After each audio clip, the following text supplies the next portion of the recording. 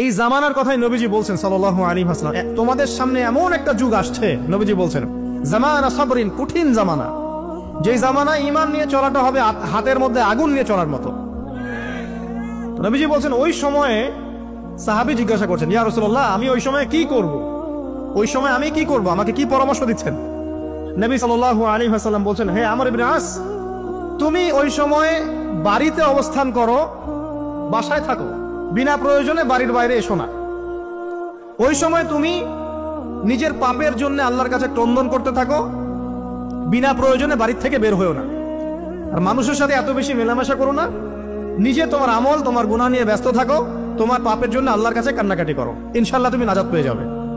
এটা একটা অপশন, মানে ফিতনাময় পরিবেশে আপনি কিভাবে বাঁচবেন, এটা একটা অপশন। আরেকটা হাদিসে কি নবী সাল্লাল্লাহু আলাইহি ওয়াসাল্লাম বলছেন যে যখন এমন ফিতনাময় পরিবেশ আসবে, তখন যদি তোমরা এই আমর বিল মারুফ নাহি আনিল মুনকার, সৎ কাজের আদেশ অসৎ কাজের নিষেধ, আমার সুন্নতের উপর অটল থাকতে পারো, তাহলে তোমরা 50 জন শহীদের নেকি পাবে।